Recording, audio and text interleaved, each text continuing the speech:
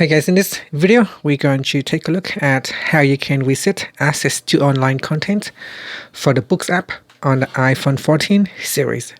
First, let's go back to the home screen by swiping up at the bottom of the screen. And on the home screen, tap on Settings. In Settings, go down and tap on Books. In here, swipe up to go down to the bottom. And then tap on Reset Access to Online Content. And from the pop-up, tap on Reset Access to Online Content. And it said that clear permission for books to access publishers' content from the internet. And that's it. Once you tap on the button, it will be grayed out because you have already reset access to online content.